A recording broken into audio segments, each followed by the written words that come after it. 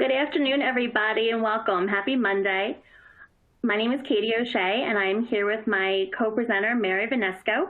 We're excited to welcome you to today's Lunch and Learn on learning to lead, inspire, and grow. Before we get started, just a few housekeeping things. Today's session, this course is not offered to provide CE credits with any accrediting organization. This course is offered as supplemental learning opportunity only, and participants will not receive a certificate of completion for this interactive webinar session, and Summit does not offer CE credit for this event. So we appreciate you being with us, and thank you so much. So a little bit about me. My name again is Katie O'Shea. I'm a physical therapist. I graduated from Thomas Jefferson University with my DPT and went on to get my MBA from Holy Family University. I own my own consulting company, Therapy Edge Consulting, where I work with healthcare companies looking to grow and improve efficiencies, and also offer leadership coaching and professional mentorship. I work per diem in acute care and serve as adjunct faculty at a local PT program. I'm a geriatric clinical specialist, and as well as a certified dementia practitioner. And for fun, outside of therapy and work, I enjoy hiking, anything dog related, and baking. And you may hear my dog Puff in the background. He just loves leadership too. I'm going to introduce Mary next. Hi, everybody. Thank you so much for joining us. I'm really excited to be here with Dr. Katie O'Shea. My name is Mary Vanesko. I grew up in Scranton, Pennsylvania, where I now reside. I graduated from the University of Bloomsburg with my bachelor's in psychology, and later on went to Temple University and graduated with my master's in occupational therapy. I did quite a bit in the last 6 years traveling as an occupational therapist, and later founded Well Nurtured Development in 2018. My company is also a consulting company, also providing mentorship, clinical and non-clinical, integrative, and wellness services. I also do consulting for other companies across the country, providing CEU courses. I'm a certified infant massage instructor, core yoga instructor, kids yoga instructor, and currently working towards another power yoga instructor for athletes. I enjoy traveling, hiking, paddleboarding, yoga, and also my dog Mo, who also might make an appearance, or you might hear her because she loves leadership as well. So we're going to get started. Just talking a little bit about our learning objectives and what to expect today for our course. We're going to be going through some slides today just for your reference, and then opening up to a Q&A. So today we'd like to define what leadership is and also what leadership is not. Identifying the top 3 skills you need to help create strategies for cutting down those refusals and also gaining patient buy-in. You know, if you're not working in the hospital systems, wherever you are, just showcasing your success and hopefully coming up with strategies to get that continued referral generation. Also gain a deeper understanding of the importance of leadership, not just professionally, but also in your personal life. So let's go ahead and just talk a little bit about what leadership is not. I think when most of us think of leadership, a person or situation comes to mind. And when we talk about what leadership is not, we have all been subjected to poor leadership. I'm sure all of you can reflect back on a situation maybe that you were in or currently in where you really feel that, you know, the leader in the department, or, you know, maybe it's in a community event or something, really isn't, you know, living up to the expectation of what you believe a leader should be. Well, first of all, leadership is not just a position, right? We think being a leader, you're in a position of power. That is not leadership. Leadership isn't creating a culture of fear. It's not creating a culture of fear-based relationships. So obviously that's not yelling, bullying, manipulating, intimidation, condensation, or you know, just poor communication with your staff or your community or whoever it is that you're leading. It's not self-entitlement. Leadership is not selfish in general. And it is not dictatorship. It is not telling people what to do. And again, it is not a position of power. So let's look at what leadership actually is. So when I think about leadership, and I think Katie and we got together and talked about what our perception of leadership is. You can go in and look up what leadership is in under Webster and see what theirs is, and they'll probably say leadership is the ability to lead, right? And it really is the ability to lead, but what leadership really is the ability to influence. Influencing is such a huge part of what leadership is, because not only do we influence others, but we have to influence ourselves to influence others. So really it's that ability to create change within ourselves that will help create change in others and cause that ripple effect felt by others. It's the ability to analyze data and make decisions from objective data, right? We want to make sure that we're looking at the whole picture, right? Not just what we're doing, the task at hand, but we want to make sure that we're thinking big picture with the end in sight, right? Also, a good leader, or what leadership is operating in high stress environments without emotional hijacking. And what does that really mean to me, and what that really means to Katie? Again, when we're discussing what leadership is, it's being able to change our state, right? We can't operate in a heightened state of emotion if we want to be effective, and if we want to influence, and if we want to connect with others. So really thinking about how we can identify the state we're in, acknowledge it if we are frustrated, if we are angry, if we are in a heightened state of emotion, and changing that to motivated, to being a go-getter, to creating change and being able to problem solve versus being emotionally intensified throughout that state. Again, focusing on that big picture with the end in sight. And then leadership is constant learning and growth of self, right?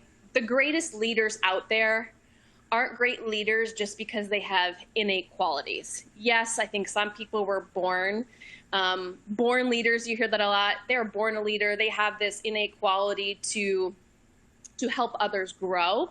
Really what they have an innate ability to do is to constantly seek out learning for themselves and both professional and personal growth, right? We are all leaders, regardless if we aren't leaders in our jobs. Maybe we are leaders of just our families. We're leaders of our own lives. We make decisions to lead our life, whether it's a healthy way or a destructive way. So we actually are all leaders, and good leaders will continuously learn to grow and to better themselves. Lastly, leadership is service, right? It's doing something for the greater good as well. Serving others, yes, but also looking at the cause itself, right? Having a motivation or having a desire or passion, and using that to fuel a cause bigger than yourself. So leadership is service. And then what is leadership in healthcare? So leadership in healthcare is really interesting, right? Because we have responsibilities to our patients, to our coworkers. We have responsibilities to the community, to our clients. So leadership in healthcare, again, going back to personal growth, is really personal growth and development. It's being the leader of our own lives, running our own ships properly so that we can effectively help others, right? You can't live a life that's destructive, impulsive, not consistent, and go into work and also lead that same type of life. Those different facets of life will bleed into each other. So leadership in healthcare is starting with you. It's also praise and encouragement. We want to make sure that we are empowering others, right? A good leader is going to help others in their business or within their organizations or within their communities to grow with praise and encouragement. And that could just look like, you're doing a great job, or let's sit down and see what has worked for you and what hasn't, so that that person feels supported. Going into team support and growth, really leadership is being able to provide that sense of security with a supportive environment, a safe, supportive environment, allowing that person the ability to express their deepest insecurities, right? Not just, their securities, but also saying, hey, this is how I feel in this situation. Maybe they're fearful of failure. Maybe they're fearful of, doing the wrong thing with a patient, and just providing that safe space for them. Constructive opportunities and criticisms. We all know that constructive feedback is so important in healthcare. Without constructive feedback, we really don't know if what we're doing is working, right? We really need to rely on each other. Again, even if you're not in that position of leadership, we are all leaders. So, taking those relationships that you have with your coworkers and being able to have those conversations and advocating for really your clients, your patients, your department by, allowing each other to have positive, constructive feedback. I think that's so important. Patience and guidance. We as leaders really need to look at our relationships and our connections. Are we embodying that feeling of we need to get this done, get this done, get this done, or are we allowing for growth and development by sitting back and being guides, not dictators, right? Really sitting back and allow someone to fail if they need to fail, and having the patience to do that. Responding to conflict versus reacting. That is a huge quality of a leader, and also leadership in healthcare. And again, I think it goes back to, that state of emotion that we're in, being able to come down from a heightened state of emotion so that we can respond to a situation before we react. So maybe we are frustrated, we're angry, we're confused, we're upset, we're so many things, but how are we going to relax our own bodies physically in order to formulate a response versus react? So many mistakes happen when we react. Situational awareness. Situational awareness is huge in healthcare. And I think that's why this falls under the umbrella of leadership, because we really have to know our environment so that we can respond appropriately, right?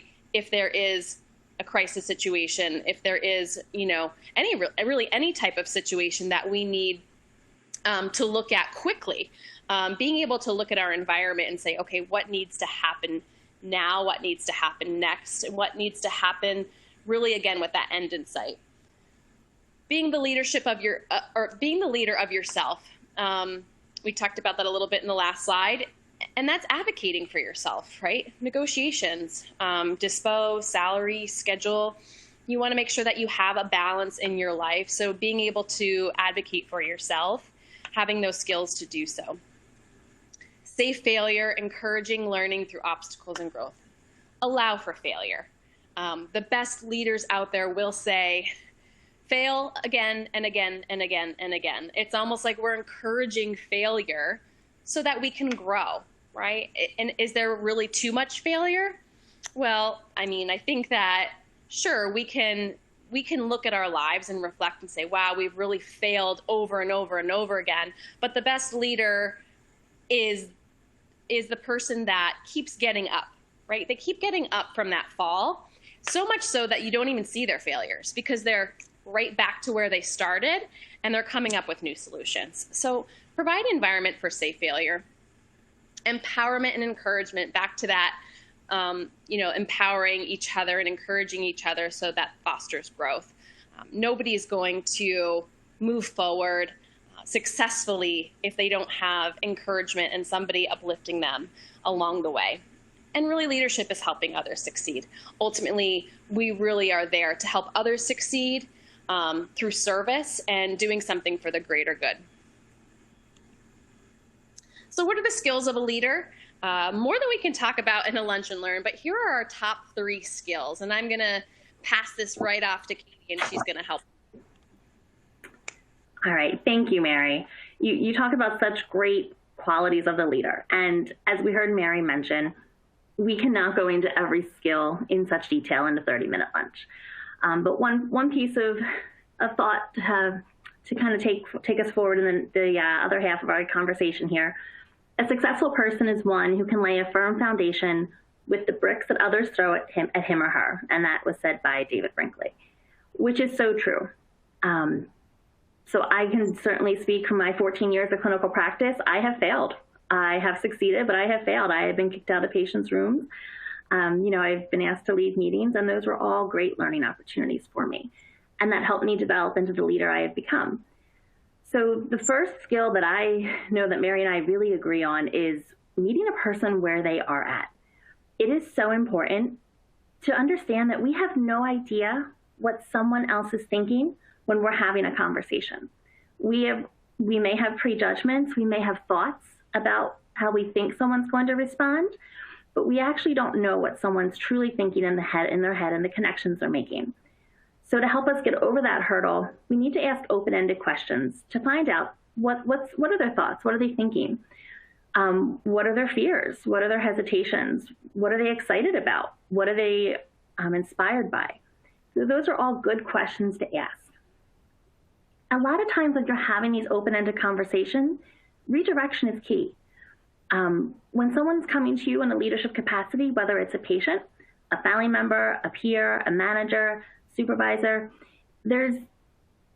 conversation isn't always going to be a one-shot deal.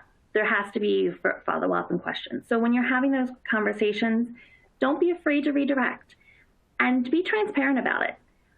When people feel that they're being just hushed and pushed away, that's where the breakdown starts. So if you can have that conversation and you can openly and honestly say why you're redirecting, that really shows someone you're listening, which goes into our next topic, communication. But before we get there, meeting people where they're at, figure out your why and try to identify the other individual's why when you're having those open-ended questions. So if it's a patient, is their why to go home? If it's an employee, is their why to get a raise? What is their why? That really helps you in helping to understand the other person's motives as well. Be genuine and form connections as an ally and a solution seeker. A lot of the conversations we have as leaders don't always result in everyone getting all of their wants and needs met, and that's okay. That is life. But if we can form a bond and show people that we are invested in them, that makes a huge difference. Our second skill, communication. This topic could be a week-long intensive, but we would be remiss if we did not at least bring it up in our topic today, our conversation today. Communication is active listening is huge. When people feel heard, they feel valued. When someone feels valued, you build rapport because you're showing that they're a human and not just a widget or a number or a productivity or a benchmark. And that's really important to people. So, ask the questions. What I think you're asking is, I think I've heard what you're saying, but I want to make sure I understand correctly. Did I miss anything? Those are all great ways to gauge if you really did hear what the other person was saying. One of the hardest things for a leader is to sit in silence.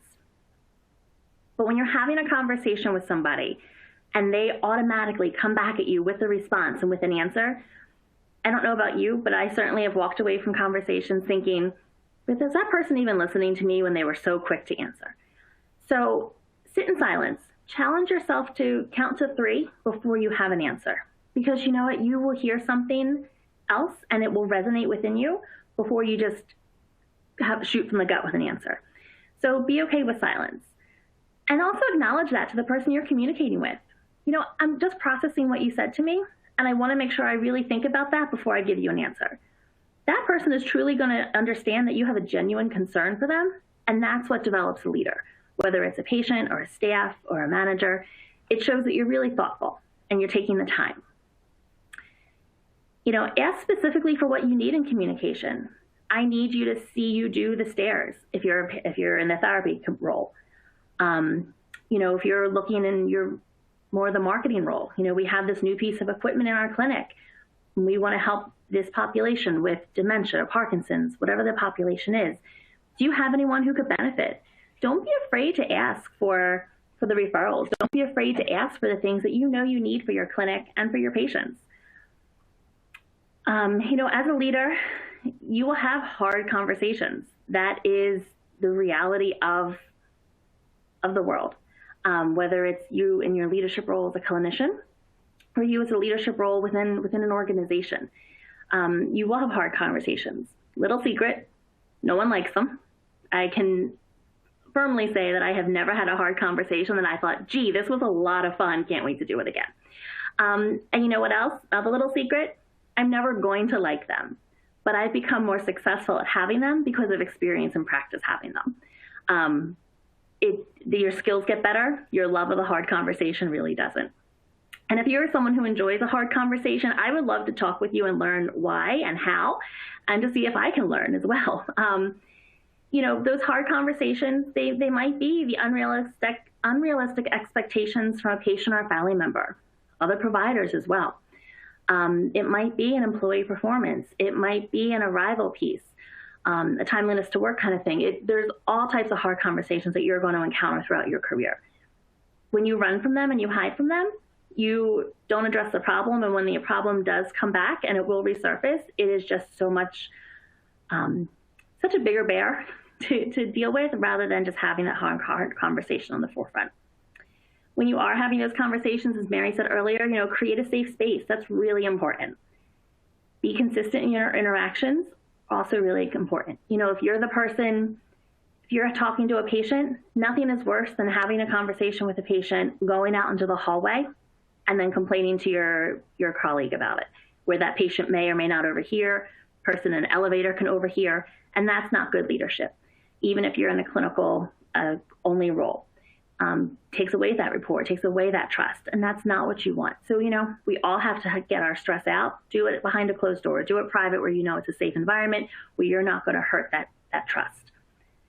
And don't save communication for just the bad. Mary spoke to this earlier, and I cannot emphasize this so much. Communication is also the positives as well. We want to celebrate. We want to recognize hard work, and we want to recognize progress. So if you're working with somebody and it's a hard conversation you're working on, show them that you're acknowledging they're making progress, because that's how you continue to build that rapport and that buy-in. And our third skill that we feel is really important is advocacy. Doing what's right when no one's watching. Use your strengths to help others. Advocacy is also helping to grow yourself as well. Knowing your goals, identifying skills and areas of growth for yourself, and then seeking out opportunities for your own growth. So don't be shy to ask. Don't be shy to ask for help, whether it's for your patient or for yourself. Don't be afraid of being a champion of a cause. One of my leadership mentors, John Maxwell, he is known for saying movements don't start with the masses, they start with one. And that's so true. If you see something that can change within your system, go about it the right way. Go about it step by step, having open conversations, and be the advocate for change, because it really does make a difference. So why is leadership important if I don't want to be a manager? Well, as we spoke to a little bit, it's not just in a management operational capacity. It's cutting down patient refusals. It's getting that buy-in, getting that patient rapport. It's showcasing your success so you have continued referrals coming in to keep the lights on. It's helping to grow the next generation, whether you're a younger therapist growing a student, or you're a more experienced clinician growing someone in a certain skill set. It's that mentoring piece. It's interdisciplinary communication and success. Success of the team is huge. Whether you're outpatient, rehab, a hospital, if the team's not successful, the patient's going to stay there, and that doesn't help anybody. And also personal growth and development. If we're not growing, then we're not really leading, because we shouldn't be static in life. So, as you're walking away from lunch and getting back to your day, or driving home and commute, some things to ponder. I would challenge you for each day of the week, take one of these bullet points. There's 5 days, so start today with Monday. What characteristics do you admire in a leader? And whether it's something you write down notes in your phone, or you get out a journal and journal the old-fashioned way, whichever is your preference. How can you embrace these in yourself? Identify the areas you need to grow in. Strengths Finders 2.0 is a great quiz you can subscribe for and take. It really helps you identify your strengths as well as opportunities. So figure out what areas you need to grow in. Do you have a goal for your career? I can tell you for the first few years of my practice, I didn't. And there's nothing wrong with that. But figure out what it is you want to do and find that goal for yourself. what is consistent in my life? What is inconsistent? As Mary spoke to earlier, if we're not doing good on both sides, those things do bleed into each other. And where can I learn more about the art of leadership, and from who? There are so many mentors out there. We have some suggested reading for you in the presentation. But find someone that you follow, that you like, you connect with, sign up for their podcast, follow them on social media, and challenge yourself to grow. So we'll definitely go and take any questions. Here's our contact information. Please be sure to like us on social media, follow us. We'd love to connect and stay connected. And we will turn it over to questions. It looks like we have a few waiting. So the name of the survey is Strength Finders 2.0. It is a purchase survey. I believe it's about $70, $75, but it really gives you a great insight and deep dive into who you are as a leader. Beth, I hope that answers your question. And Laura, I believe that was your same question, so I hope that answers your question well also. So Mary, I have a question for you. Ready? Ready. Sorry, I had to take myself off mute. Yes, go ahead. All right. So I think it's really important for us to share as leaders where we had to learn skills. Tell me about a time where you had to help advocate for a patient. Oh, absolutely. Great question. Patient advocacy is probably one of the number one skills that I hold so much value in. And I think it's because we all as healthcare providers have opportunities to advocate for ourselves and for our patients. But thinking about that, probably a recent scenario that I could think of was when I was a traveling therapist not too long ago. We are really put in situations, crisis situations, new situations, and it could be a little daunting to speak up. But I remember being in NICU rounds, and I had just evaluated an infant that was showing some neurological signs, disorganized feeding, state, you name it. It was just pretty evident that the baby had some neurological things going on. And I remember being in rounds, and the neonatologist was planning for discharge that day. And I had to speak up and talk about really what were some of the things that I was noticing, because this mom and baby would have been discharged home had I not. And that situation stands out to me so much because I was a new person in a new situation, and sometimes you don't really realize how much weight your input has on a patient case, or we're not really thinking that our information is going to hold much value to the neonatologist. But ultimately, just speaking up a little bit about my observations allowed that baby and that mom to stay a few extra days and provide them with the right resources to help that baby before they went home, right? So that baby wasn't lost in translation and in transition. So I was really, I was really glad that I was able to be that advocate for that mom and that baby. So yeah, I think that's probably my most significant as of late. And I think, let me just see if we have another question really quickly. Laura asks, are you able to put the resource page recommended reading up again for a minute? Oh, you did that. Thanks, Katie. Okay. And then just asking you a question back, Katie, can you tell us a time maybe when rapport or building rapport with the patient really helped with that buy-in, and also just really helped with like improving the outcomes of that patient case with you? Yeah, absolutely. I'm someone who loves rapport, whether it's at Target with the cashier or in my job. I'm a connector. I need to connect with people. And a gentleman who comes to mind was when my first job as a manager, and I was subacute, first manager job, and patient care was what I knew. I had the business background and degree, but I was still figuring that part out. And so we had a patient, very difficult, below knee amputee, very cantankerous, right? Scheduling was always a problem. Food was a problem. There was always an issue. And he had fired almost all the staff at that point. So I took him on my caseload, and I had the flexibility in my day to adapt to his needs and his demands of the schedule. And he was someone who was a Hoyer lift, and he was hard on nursing, wasn't going to be able to go home. And actually, by the time, we just had to have a lot of difficult and frank conversations that were uncomfortable, because at that point in my career, maybe a therapist 6 years, I was still a people pleaser in terms of sacrificing for the others to make other people happy and not doing the best of the department. So he was a huge person for me where I had to learn and flip that switch real quick. But he was someone that I was able to take from a Hoyer level and to being able to do supervision, transfer board transfers. And it was all based off rapport. It was small little wins. It was helping him get the sandwich he wanted to his room on time. It was personally delivering that. It was him seeing that I was invested in his outcome, and also putting a hard boundary down as to where he could and couldn't push. It was giving him some room to feel that he still had control in an environment where he had lost his limb. He was adjusting to that illness, and he was figuring out his own life again. But I gave him control. And so we built trust on that.